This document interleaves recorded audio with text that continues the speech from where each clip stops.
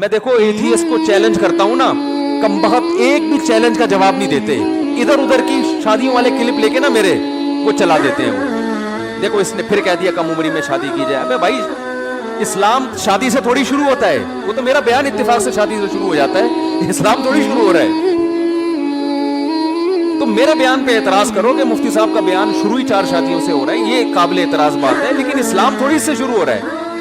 اسلام تو پہلے توحید کے عقیدے سے شروع ہوتا ہے, پھر اس میں جو ہے نا وہ بت پرستی کی مخالفت ہے, پھر انسان کو انسانوں کی غلامی سے نکال کے اللہ کی غلامی. ایسا انسانوں کو اسلام نے انسانوں کی غلامی سے نکالا ہے کہ ہٹو بچوں, دنیا میں جتنے لبرل لوگ ہیں نا آپ کو حکومتوں کے غلام بنا رہے ہوتے ہیں, آپ کو انسانوں کے غلام بنا رہے ہوتے ہیں, آپ کو باس کا غلام بنا رہے ہوتے ہیں. اسلام آپ کو ان تمام غلامیوں سے آزاد کر. ارے آپ کو ماں باپ کا غلام نہیں بنا رہا ہے بھائی, جو سب سے بڑے حقدار ہیں. کسی کی فرما برداری کرنا, کسی کے احسانات کا بدلہ چکانا یہ الگ چیز ہے, اس کا غلام بن جانا الگ چیز ہے. غلامی سے نکال رہا ہے. تبھی باپ کو سجدہ کرنے کی اجازت نہیں ہے, ماں کو سجدہ کرنے کی اجازت نہیں ہے. اور ماں باپ کو بھی کہا کہ انسان کے جو بنیادی حقوق ہیں ان میں آپ کو بھی اپنی اولاد کے حقوق میں بھی دخل اندازی کی اجازت, بولو نا بھائی, نہیں ہے.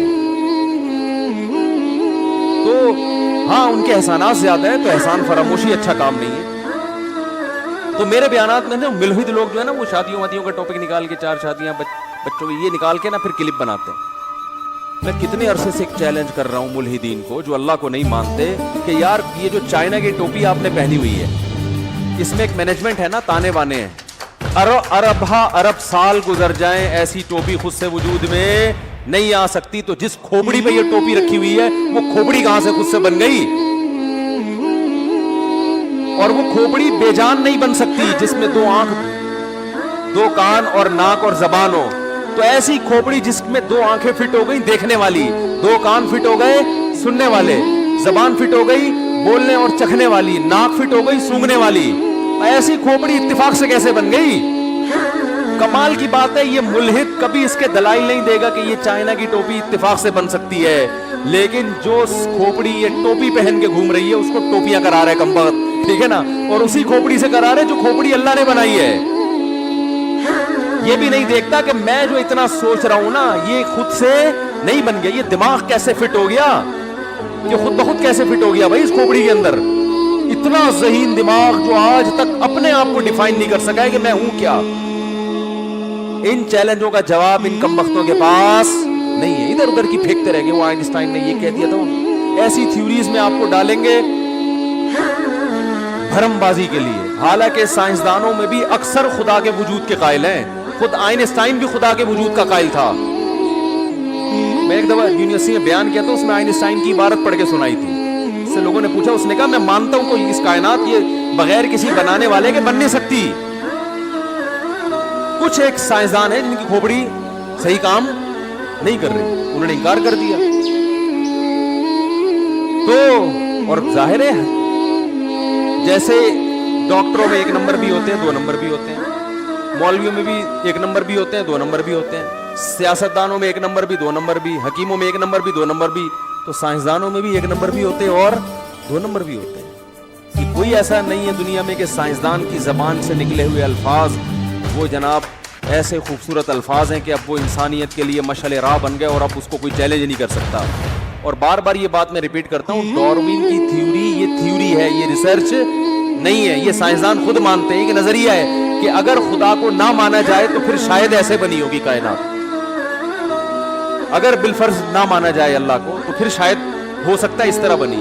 یہ ریسرچ ہی نہیں ہے. جو ریسرچ نہیں ہے اس کو اٹھا کے آپ نے ساری دنیا پہ تھوپ دیا اور خدا کا انکار کر کے انسانوں کو درندہ بنا دیا.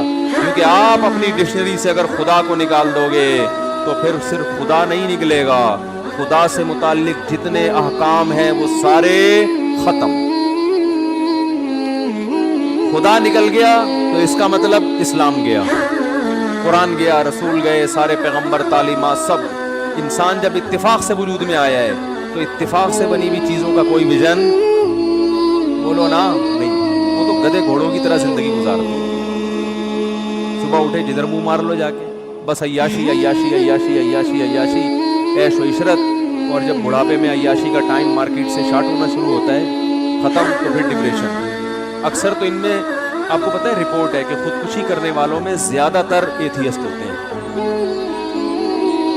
اور یہ لبرلزم جو پھیل رہا ہے نا ہمارے معاشرے میں, جو ہمارے نوجوان لڑکے لڑکیاں ان پروفیسروں سے متاثر ہیں جو اسلام کے خلاف باتیں کرتے ہیں, ان کو میں آپ کو ایک بات بتا دوں کہ آخرت تو تباہ ہوگی, آپ کی دنیا کا بیڑا غرق سب سے پہلے ہوگا. دنیا میں اس سے بڑی انسان کو ڈپریشن نہیں ہے کہ وہ اللہ کا انکار کرتے.